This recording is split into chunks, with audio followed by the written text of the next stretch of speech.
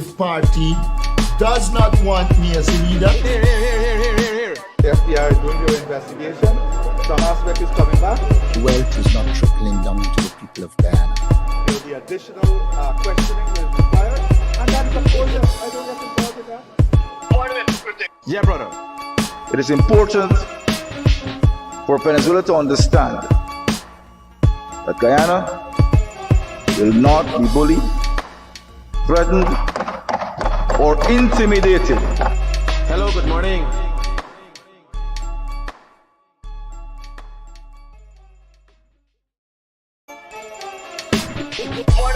Here.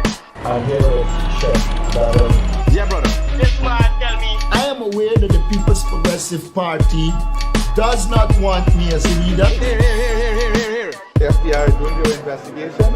Some aspect is coming back. Wealth is not trickling down to the people of Guyana. There will be additional questioning that is required. And that is, of course, I don't get involved with that. Critic. Yeah, brother. It is important for Venezuela to understand that Guyana will not be bullied, threatened, or intimidated. Hello, good morning.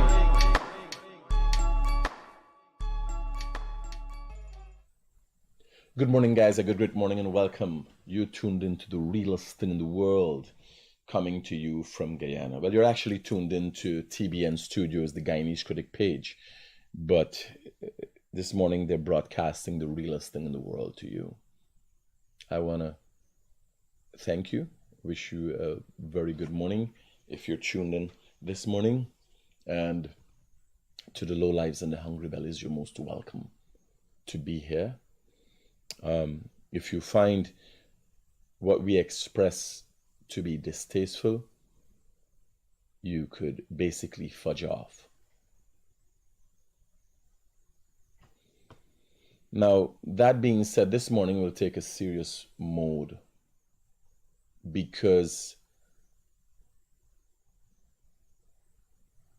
for the first time in my life, I have looked at a video in its entirety for the first time in my life.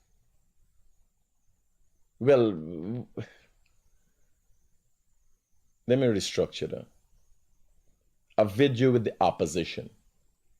I don't look at things with the opposition. Right? So, I have a video here with it. You got the video? Good. So I looked at this video, I listened to it, I might have veered off because I was in the interior at the time when I was listening to this. And this structure here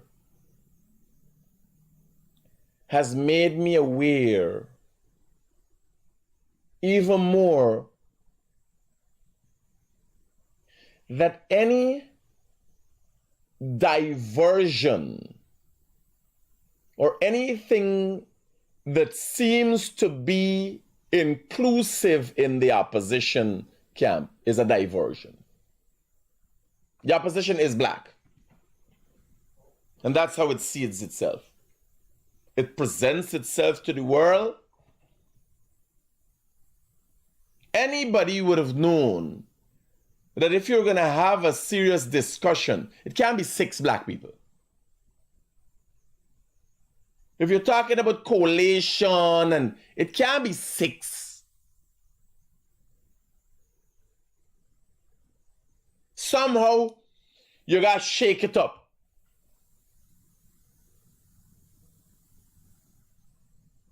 This is more like MAP, is with the movement? MLM? No, BLM, Black Lives Matter. This is like a Black Lives Matter movement. No, I took this serious. And this morning, I'll be taking a serious approach to analyzing what has happened here and what was said here. I must say, to some extent, I've been impressed by Nigel Hughes and Aubrey Norton. I've always been harsh, obviously because of my biases. But if you listen attentively to people and you decide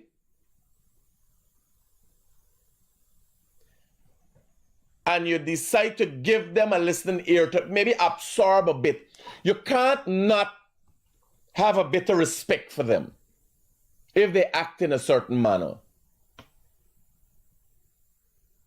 I listened attentively. I had my thoughts, but my thoughts will be expressed freshly here as we listen together. But I must say, the composition here, Dennis Chabral did an excellent job. Vivian did an excellent job. Mr. Morgan didn't say much, but he made solid points. In all, what happened here was very civil and informative. You have to accept that this program by Caribbean Tea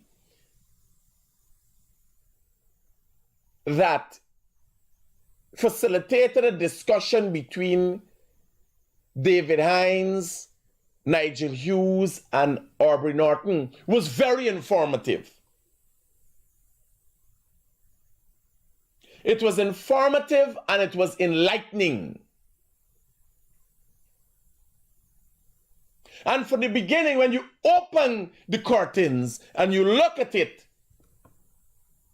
you have to ask yourself, who are these people speaking to?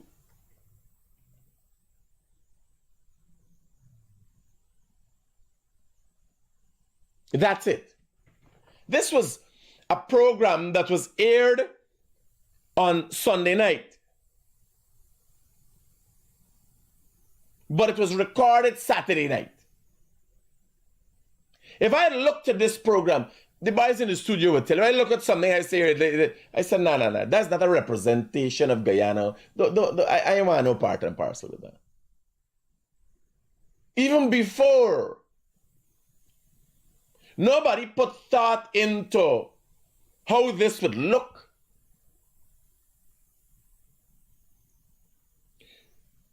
The honest truth is, that is my opinion. They didn't need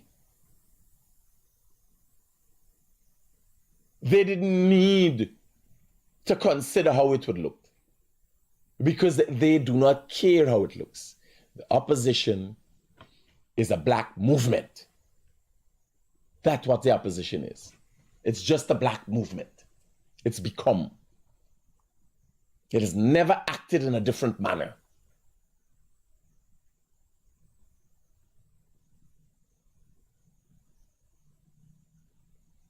Have you ever seen President Ali in action? You see the dynamics, and does it come naturally? Does somebody walk behind President Ali and say, make sure you catch a picture with an Indian, catch a picture with a black, catch a picture with an Amerindian? No. The Prime Minister is black.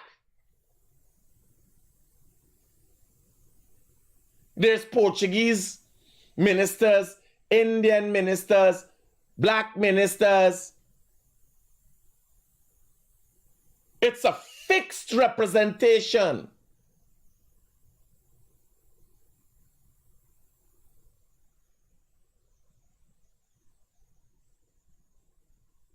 Now, what was this? So, the coalition has not been able to, the AFC and the PNC have not been able to collate. So far, they have not agreed on a formula for coalition. Hence, Caribbean Tea hosted a discussion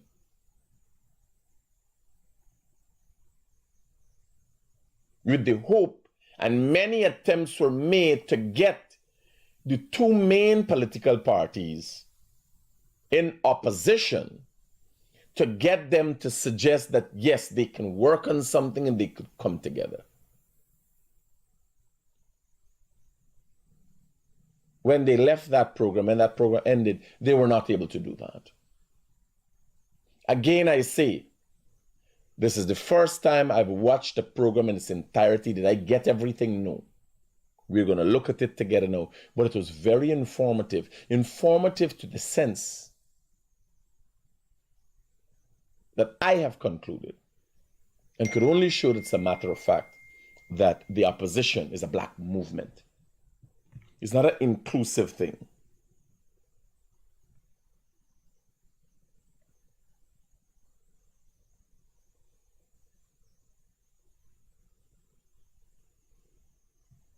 Somebody want to call and talk about the signage, about the resting place of, oh, Jesus Christ.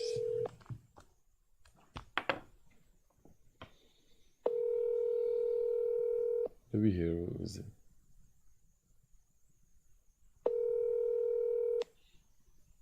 Hi, good morning. Yes, good morning. What about the signage? And you say you want to talk about something about Oh, yes, sir. Yeah, brother. You good? May not take over too much of your I time. am in the midst of a serious program. Yeah, I know. So just get to the point. But the signage where by Babu John here in Port Moran with Dr. Jelly Jagan and his wife, the founders of the PPP, their signage fall along about 2 months ago. And they have a PPP office not too far. I went in, give them a complaint, and nobody still come and put up back that sign. It seems as though they want to. That is a sign of failure right there.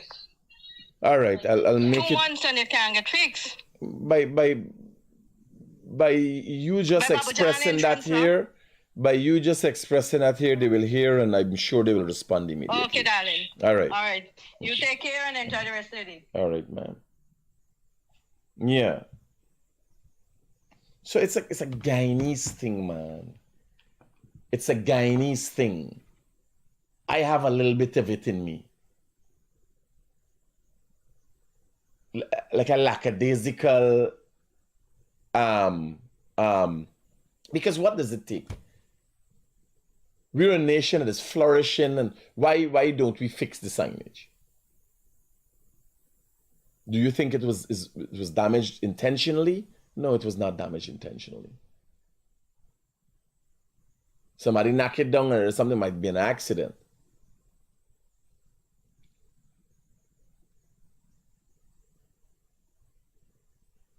But we take long for do things, and then we'll look at who's going to do it. If a private person is going to do it, they go take up the money. They don't have to give account to the auditors. They go and take up the money and just do it.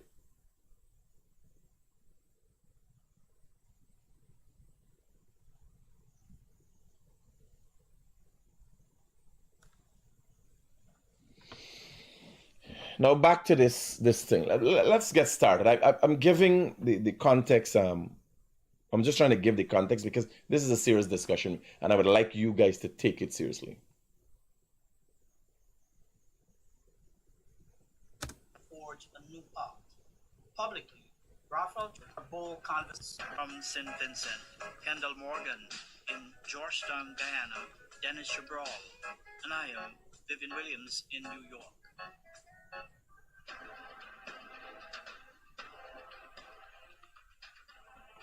This is Caribbean Tea, the podcast where we stir the pot on the region's most pressing issues, social, legal, cultural, and political, with unflinching honesty and thoughtful analysis. These are bold conversations, steeped in truth and clarity.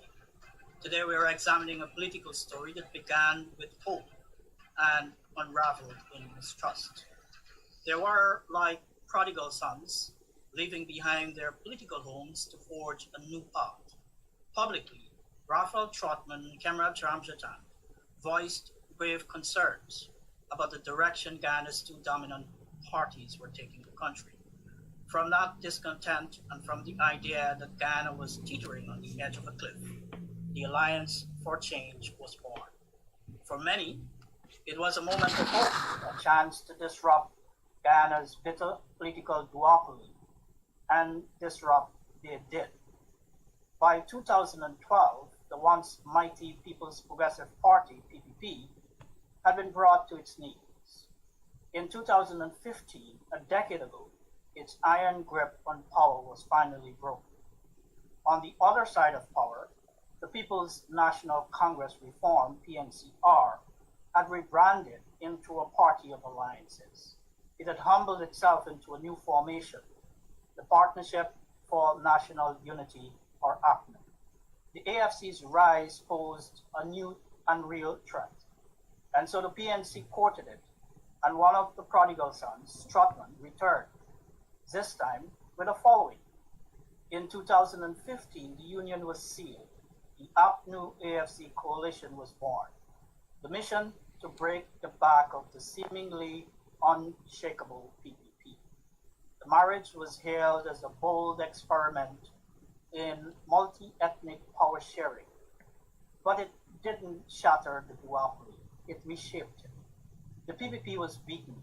The PNC grew stronger through what some may call political polygamy. Holding hands with knives, Guyana's coalition saga is the story we are examining today. Behind the smiles and the ceremonial handshakes was a fragile marriage, one built on strategy, not trust. After defeating the PPP and taking power, the coalition soon began to unravel. The prenuptial promises were ignored, disputes became routine, grievances were met with procedural dead ends. By 2020, the coalition had collapsed under the weight of infighting, election controversies, and mutual suspicion. And now, as Guyana barrels towards the 2025 general elections, those once united stand apart, unable to agree on a common front. What went wrong? Was the coalition ever built to last? And with stakes higher than ever in a resource-rich, deeply divided Guyana, can unity rise from the root? To unpack these questions, we are joined by three of the most consequential voices in this political saga. Mr. Aubrey Norton, current leader of the People's National Congress Reform, Mr. Nigel News, newly elected leader of the Alliance for Change, and that voice in the wilderness, Dr. David Hines, political activist and leader of the Working People's Alliance. We'll explore the promise, the breakdown, and the road not taken. This is Caribbean Tea. Let's begin. Dennis? Good afternoon, gentlemen, and welcome to today's edition of Caribbean Tea. Coalitions have historically been pivotal in seating the incumbent People's Progressive Party.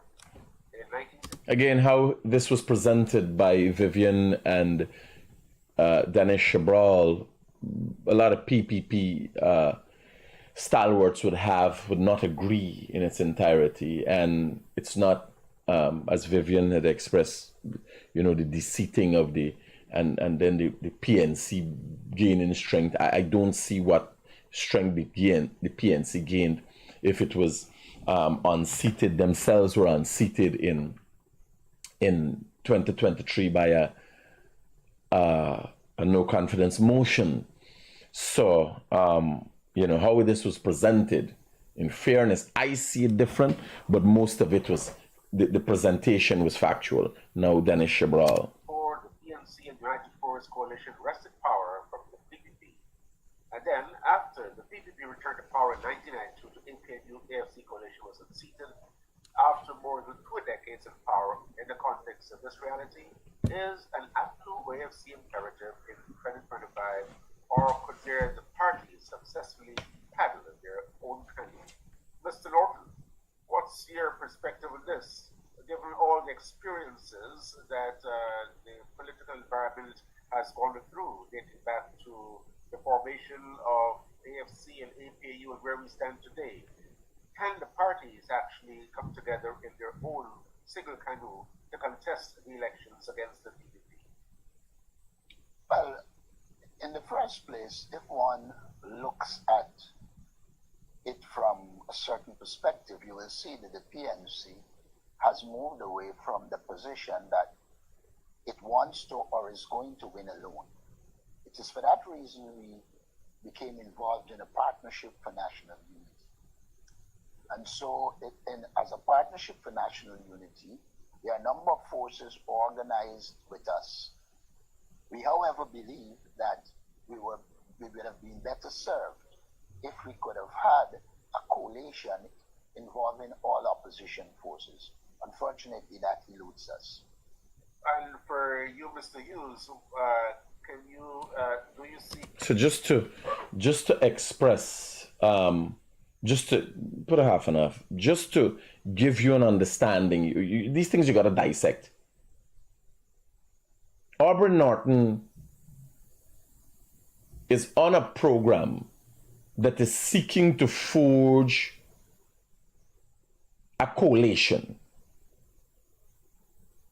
Because for some reason, by the end of this morning's program, I'll be able to point you in the direction. But for some reason, they have not been able to agree, the AFC and the PNC. But he starts by suggesting coalition would be good. But they have not, it's eluded them. Right? Listen again. Is organized with us. We, however, believe that we would have been better served if we could have had a coalition involving all opposition forces. Unfortunately, that eludes us. He accepts that we would be better served as a coalition. But himself, a political scientist and long-standing member of the PNC, I'm saying that to suggest he has an understanding of politics, at least a better understanding than me. Way better understanding in me than about the inner workings of the political parties from within. He's saying that they would have been better served, but the opportunity has eluded them. While being aware that this program, you hear how the man started the program, how Vivian and Shabral started the program by suggesting what the narrative was, or laying down what the narrative for that program was. It's about seeing the possibilities of a coalition being forged. And Aubrey Norton starts to suggest that it eluded them. Not that there's hope that they're working on it. The egos just doesn't get it.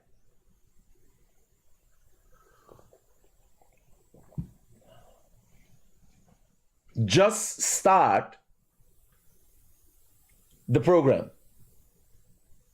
and you realize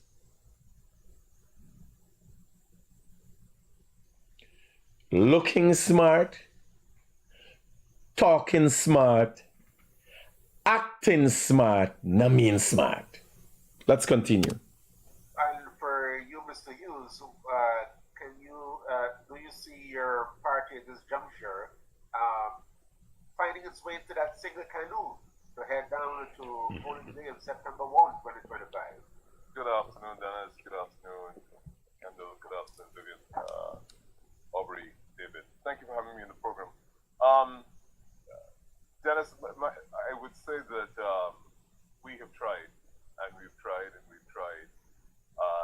I believe both sides with the ultimate objective of Guyana in our mind, what's best for Guyana, but it has eluded us. Dr. Haynes, the Working People's Alliance historically has always seen itself as a party that's pushing for a broader national front, multi-ethnic approach to Guyana's politics, a multi-party approach to the problematique that faces Guyana historically. That's the race class problem that challenges the country's development. As a small party with that historical bearing, what is required of this? Bear in mind, and this is where you see the fallacy, the deceit will unravel here in front of you. Imagine talking to David Hines, making reference to the WPA, a party that as a matter of fact will not be able to garner 2 votes.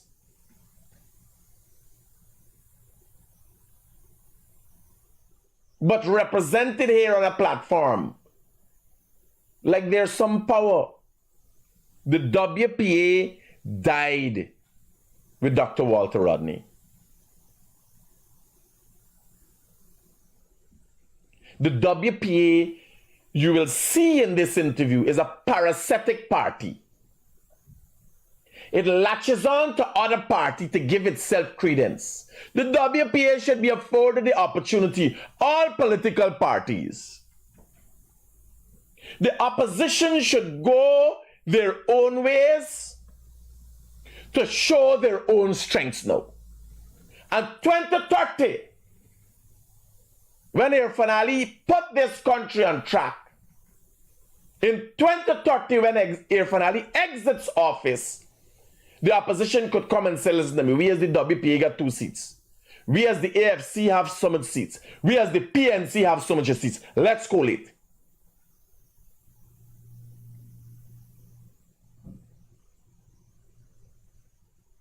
The numbers game that is being attempted here has played.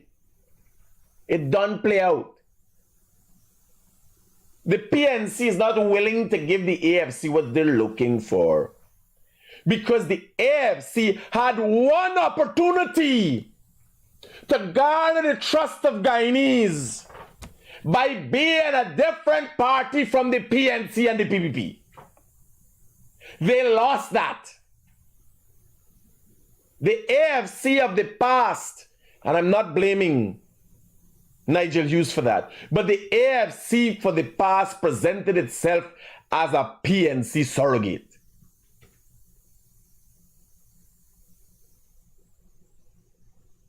They came, the AFC campaign on holding the PNC and the PPP accountable.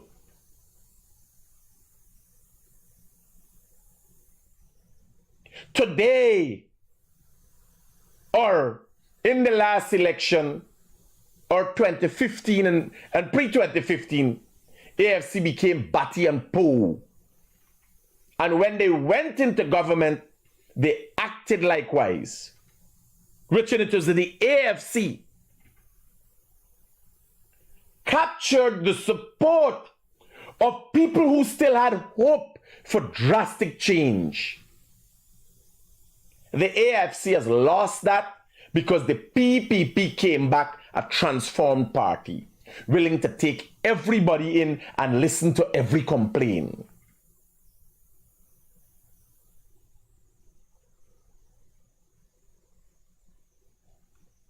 Oh, sure.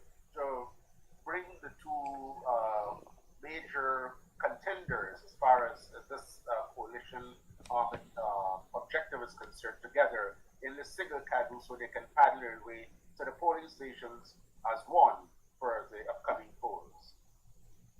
Well, without being presumptuous or condescending, I think one of the preconditions for coalition in our circumstances has to be an understanding of the historical moment, what the moment demands. And I think the present moment, from our perspective, demands as a first step to rescuing the country as we move into a petrol state, is the removal of... When David Hines said from our perspective, you must understand, from his perspective, David Hines have expressed a racist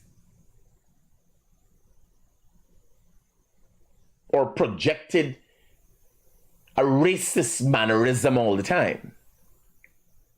Now, I've met Dr. David Hines myself, and we have fairly good conversation.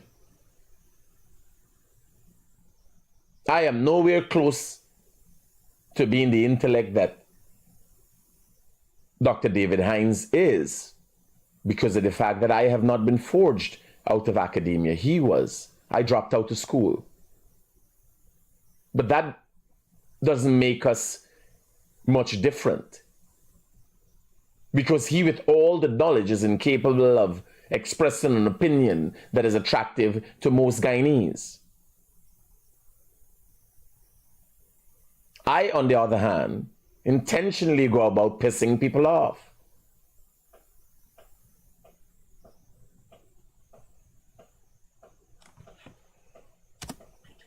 As a single party governing the affairs of our country, they are really taking Guyana down a path that we would have great difficulty recovering from if they were to be given another 5 years on their own. If you listen to Dr. David Hines carefully with what he said, that the PPP is taken down as a path that we can't recover from,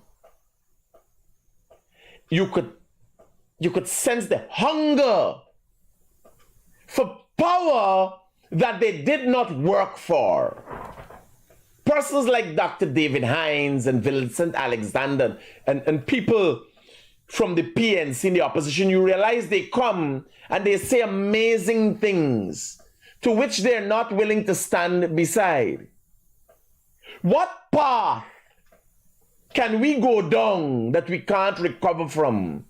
The building of the bridge, a path that is so magnificent, it leaves the opposition in the shadows of that path.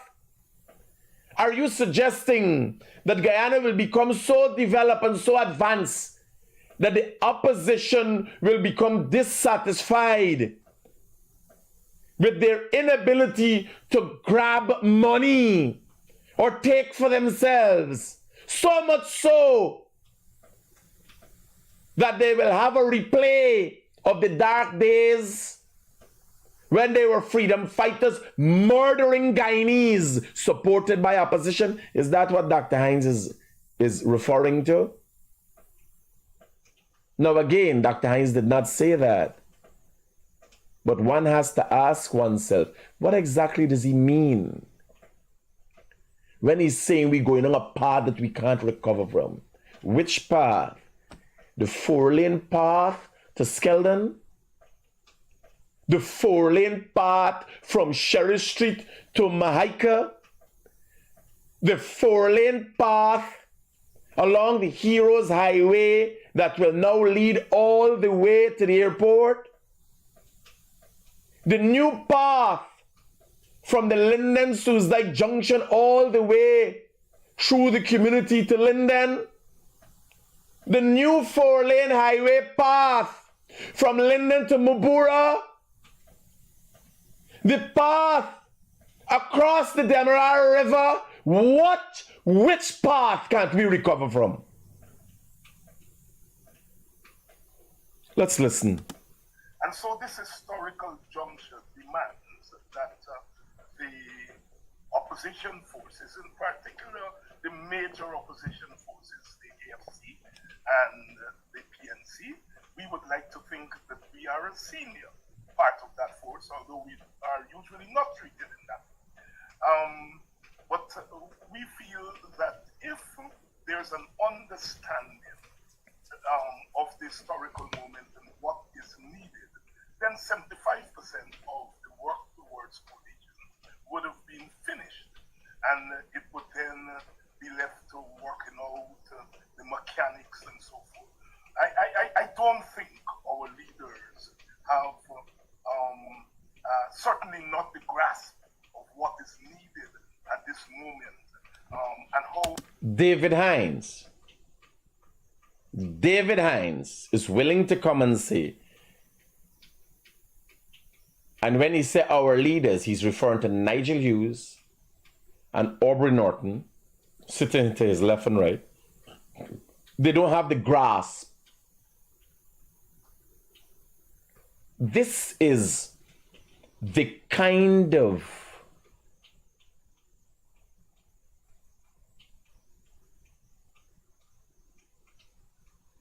entitlement that you see with these people. There's a kind of entitlement you sense here. Now the AFC is who they are. And the last time we checked, they could have garnered, the last time when it was able to check, they could have garnered 9 seats. The AFC is incapable of going to 5 seats now. The AFC was literally wiped out at the last local government election.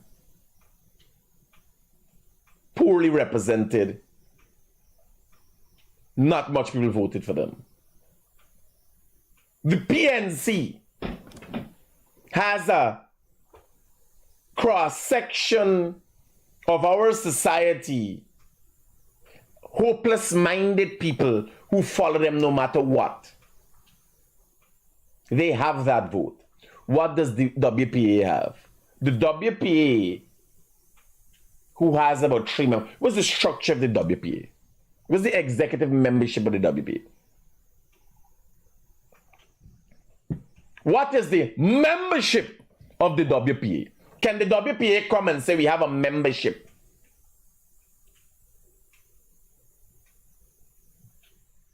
Parties like the PNC, the AFC, the PPP.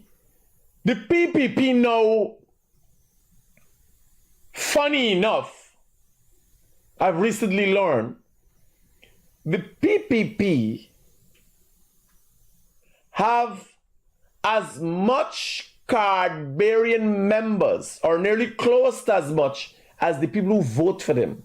So the PPP really actually got campaign based on new things, and they're doing that. When the PPP is campaigning on their manifesto and showcasing their manifesto, is to garner support or collect voters from the PNC and the AFC. To bring people to them. Do you know if the PPP has an overwhelming majority in Parliament? What they can do and what will be done? I will ask Jagdew at the next press conference. If given an opportunity, because with 40-something votes in Parliament, 40-something seats, you could make drastic changes. Certain things could go through. An overwhelming majority. I will ask, if the Guyanese people were to give the PPP that opportunity, what will they be looking to do with that power? Let's continue to listen to this. Badly, the nation, certainly half of the nation, would want the PPP to be removed from office as a way of resettling and resetting our country moving forward. I think it's not too late for all of us to really dig our teeth into that understanding. But as we in the Working People's Alliance have said, we recognize the plurality of our situation. Our parties come from different ideological perspectives. They come from different perspectives of how they see the real politics. And at the end of the day, it is left to each party to make that decision. But if we were to suggest, we would say, look at the historical moment. Who we? Who is the we in the WPA?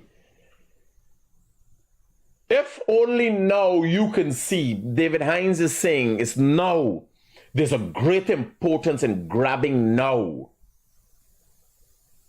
Historically, you look at the historical importance of the time. It's always about money for these people. It's always about racism for these people. Listen to the heartbeat of your people and listen to a basic question that they're asking. I have never seen such a universal feeling for coalition in any section of our ethnic or social constituencies. Everywhere I go, every time I speak to someone who refers to himself or herself as a supporter of the quote-unquote opposition, the first thing that comes out of their mouth is coalition. One of the problems I have with people like David Hines is delusion. They're delusional. Everybody, everywhere you go, nobody speaks about coalition. What is he talking about? I receive thousands of calls on a daily basis. Nobody. People left with a bitter taste in the mouth, because when you say coalition, people think it AFC and PNC. People do not want to be tricked by that anymore. We were up in arms in 2015 with the Vote Like a Boss campaign and everything else. Yes, in 2015 we were up in arms.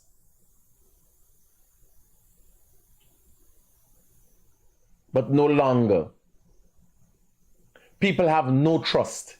How can he come and say people are asking about coalition when he himself did nothing for 5 years? I am telling you, Guyanese have a unique opportunity come September the 1st that you could look back and pit what was done from 2015 to 2020 by the PNC and AFC and what was done from 2020. Late 2020 to September the 1st by the PPP. You don't have to go way back. Don't worry with your grandmother telling you. Don't worry with your mother telling you. You don't gotta go way back. Forget about the rice flour days. Forget about Wismar and Linden. Let's make informative decisions. Informative from a perspective that we, the Guyanese people, are informed. Adequately informed perspectives. Go back. Do your analysis of your life. Don't worry with Guyana. Don't worry with the bridges and the roads that are being built. All the drains that are being cleaned. Don't worry with all the development in the country. Don't be worried that part. The PPP had money to do that. I want you to do an assessment of your life from 2015 to 2020. Your life. If you're 18 today, or the age to go to university, I want to welcome you to the University of Guyana that is free. I, who dropped out of school, will be soon following up with a course at the University of Guyana. Because I, like every other Guyanese, can now do it. It used to be tuition when you come from Barbies. It used to be tuition. And then you got to forget living arrangements. No. Now your family only got to make sure you get food. University is free.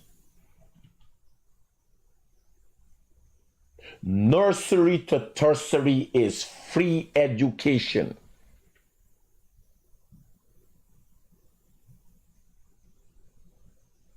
Don't let's do an assessment of the development. PPP get money.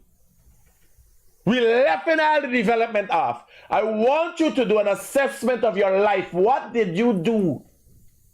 How did your personal life, what was your job like? What was your circumstances in life like?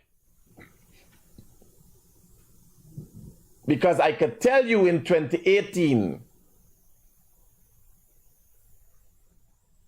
I had a job at Kaicho News. I was flourishing as the Guyanese critic. But I still was struggling to pay bills with my salary. I was struggling. I had a job. In 2015, 30,000 less Guyanese could have said they had a job. Go back to your life circumstance. Wipe from your brain the roads, the bridge that you're crossing, all the housing development, the $50,000, the mother who collecting the $50,000, forget about the $50,000.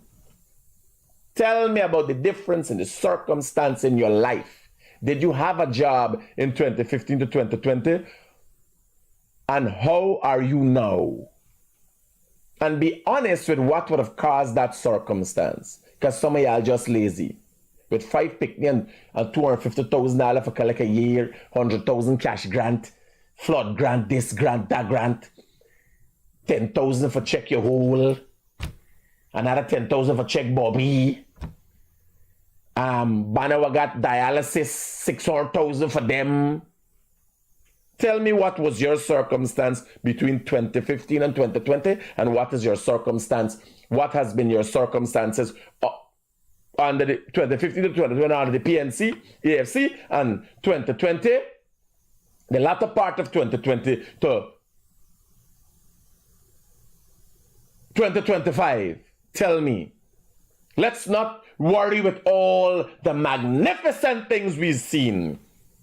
Forget that you see it. Because I'm telling you, there are a few thousand people going to tell me about the oil and gas sector they're in as a result of a new local content policy. They don't talk. There are a few hundred people in Georgetown alone can tell me about the contracts they've been receiving for desalt. The drains in Georgetown, they're making money. I want to know what's going on for you personally. We ain't talking about infrastructure.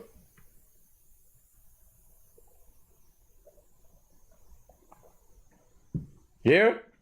So what these man is talking about here? Every morning, we can cut off at a point and we can dissect it every day to show the opposition for who they are. And I'm telling you, I'm taking this seriously. This is no bashing and beating. This is serious commentary because these guys were serious. They seriously showed themselves. People's Alliance hears that, is guided by that. And so therefore, despite our misgivings, and we have a lot of misgivings, given the last experience of coalition, despite that, you are guided by that heartbeat coming from the people. They are pointing you in a historical direction. I want to jump in here with a question for Mr. Norton and Mr. Hughes individually. The question is the same to both. It is, do you feel, Mr. Norton, in 2025, your party is stronger by itself now than it was in 2015? And to you, Mr. Hughes, do you feel that in 2025, standing on its own legs, the AFC is stronger than it was in 2015? Let's start with Mr. Norton. Somebody named Kavita in the group saying only friends and family getting big contracts. Kavita, are you a contractor? Have you tried to get a contract? And that's the funny thing, you know. A lot of people who are in the comments and people in Guyana talking about things, they're echoing sentiments. They're echoing sentiments. I tell y'all here publicly recently, when I went to the Ministry of Public Works and see the people them who get in, the contracts, straight up, mostly black people. Them contracts ain't going to PPP people. And when I watch them people, I know them as the PPP people. When I calculate, I said, how the government in exposing this? And then I realized the government is quietly dealing with some people and garnering their support and not exposing it. Normally, like everything is before campaign. But if you get 700 people that get 15, 20 people working for them. Like Michael got a couple contract. Me, son, the subcontract from these people. The PPP give PNC people contracts. The PNC people give me, son, the subcontract.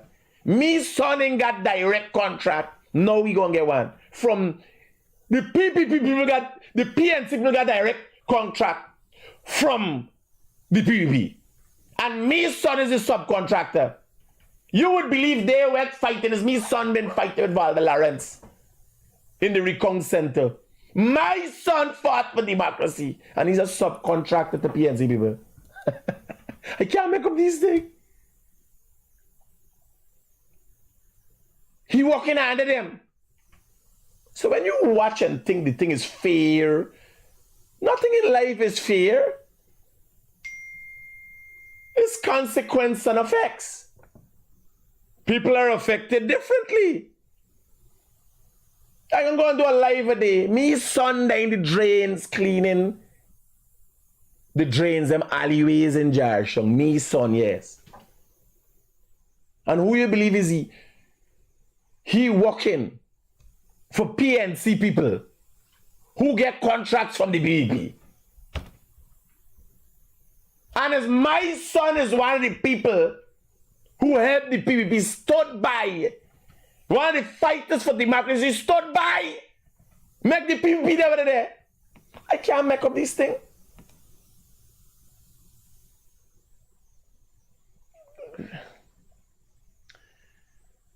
This is no joke. This is a matter of fact. I have a son, my eldest son. He's doing contracts. But he ain't get no contract from the government. He's subcontracting. PNC people go and get the contract from the government. They stay quiet. They ain't say nothing. They come, they don't necessarily got the resources and stuff. Thing, they give me son. Me son got all the workers, them, and all the trucks and everything.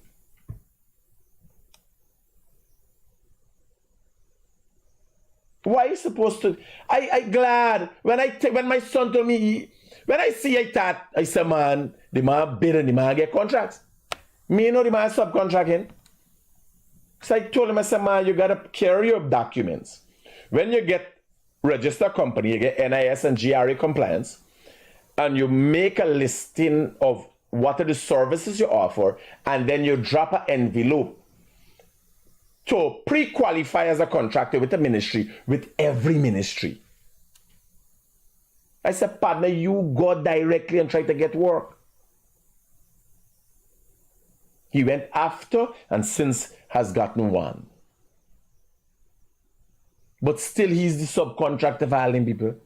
No, this is a big secret. I like how these PNC people don't come and say, man, look, we get better. Why isn't the PPP coming and say, look what we do for the PNC people? It's a big secret. I go there myself and I see these people passing up and down. This is what these people doing in it. PNC got conference, it's Congress place. PNC got conference. Ganesh Maipal wouldn't speak about that. Aubrey Norton is not going to speak about that. And the people them who get these things, because obviously they're not been told, the AFC doesn't know, the WPA doesn't know. For common suggest that the balance of power that one body hand is one body getting his family and friends getting contract alone.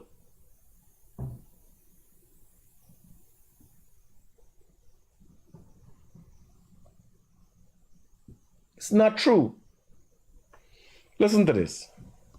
From the inception indicated that we wanted. Here what no. We gotta get this thing gonna run through this whole week. Every morning we can do a part and dissect what is being said here. So remember when I come off, the part where we come out from, we will start back from there. This thing needs time and attention. This is the reality of who the opposition. You're seeing the opposition face it. The opposition present itself seriously. This is not a custom, it's not abuse down. I'll be very civil in my assessment, in my style and fashion. Because the opposition has presented itself to the people, and we have to see them for what they are. 2015. Let's start with Mr. Norton. Well, the fact that we... Just to go back, Aubrey Norton was asked a question, Nigel Hughes would ask a question. These are the answers. From the inception indicated that we wanted coalition. The fact that we have done everything to bring coalition, we thought the priority should be coalition. I don't think the issue here is whether we were stronger in now than in 2015, because to ask that question also presupposes that your opponent has the same strength, and therefore you need more to defeat them. I think the issue here is that the People's Progressive Party has used power in a very arbitrary way, and that they clearly have no plan for the development of the people of Guyana, though there is a plan to utilize the resources to enrich people. And so it is in that context I would see where we should head. We should be heading in the direction of a coalition. And I draw a distinction between a coalition and power sharing, even though there is some element of power sharing in it.